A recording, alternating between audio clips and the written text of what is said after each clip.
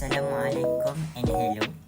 We are from Group Tasawur and today we will present our Digital Logic mini project titled Design of an 8-floor hotel elevator controller using a 3-bit synchronous up and down counter. This project is part of the course SCSR 1013 Digital Logic and our objective is to apply sequential logic concept to a real-world system.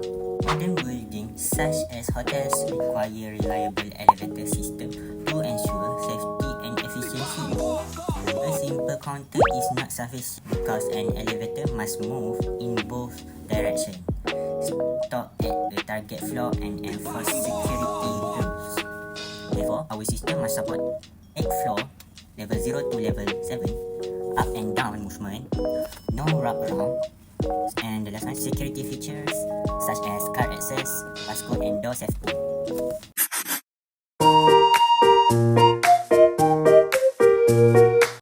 This is the overall design of our elevator controller. The system consists of 3 main parts: a 3-bit synchronous up and down counter to track the current floor, a comparator to detect when the elevator reaches the target floor, and a control and security block to enable or disable movement. I will now explain the counter subsystem, which is the 3-bit synchronous counter. The elevator floor is represented using 3 JK flip-flops, producing outputs Q2, Q1 and Q0. These outputs represent floors from binary 000, which is decimal 0, also which is floor 0, and then up to binary 111, which is floor 7. The system is synchronous, meaning all flip-flops share the same clock. This prevents race conditions and ensures stable transitions. The direction of movement is controlled by input X, meaning X equal to 0 is count up, X equal to 1 is count down. X equal to 0 meaning the lift will go up, and then X equal to 1 meaning the lift will go down. Each floor is represented as a binary state using 3 bits. The state diagram shows how the elevator moves between floors based on the direction input X. When counting up, the elevator moves sequentially from 000 to 111.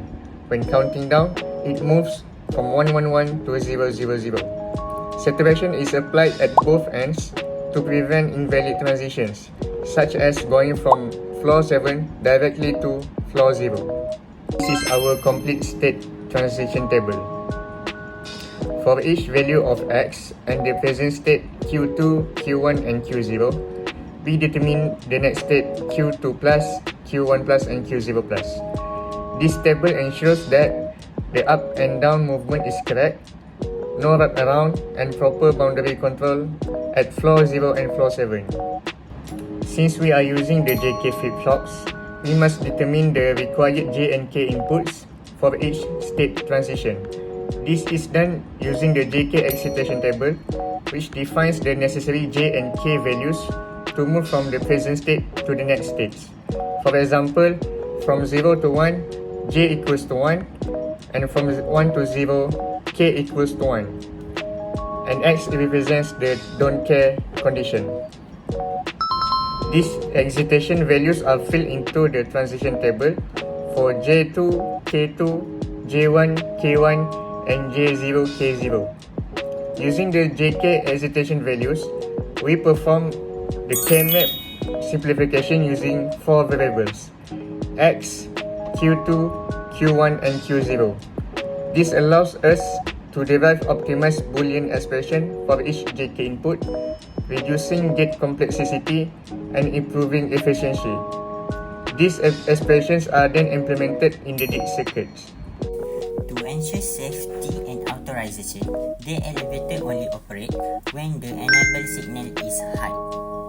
The enable logic is enable equal to start times current unequal to target times card time passcode times door close. This means the elevator moves only when all security conditions are met. The first feature is visitor card detection. The elevator remains inactive if no valid card is detected. The second feature is passcode security. implemented using a 4-digit PIN decoder with the preset code 8667. Only when the correct code is entered will the passcode signal go hard. The third feature is door safety logic. The elevator will not move if the door is open, and the door will open only when the elevator has reached the target floor. In this simulation, we first set the target floor. If the current floor is not equal to the target floor and all security conditions are satisfied, the counter receives clock pulses and move up or down accordingly. Once the current floor equals the target floor, the comparator output goes high, disabling the clock and stopping the elevator. At this point, the door opens, indicating arrival. In conclusion, this project successfully demonstrates how digital logic concept can be applied to a real-world elevator system. Our main achievement include a functional 3-bit synchronous up-down counter, a proper boundary control, multi-layer security integration, and modular and well-structured design. For future work, the system can be improved by adding request queuing, automatic door timers, and VIP access levels. Thank you for watching our presentation.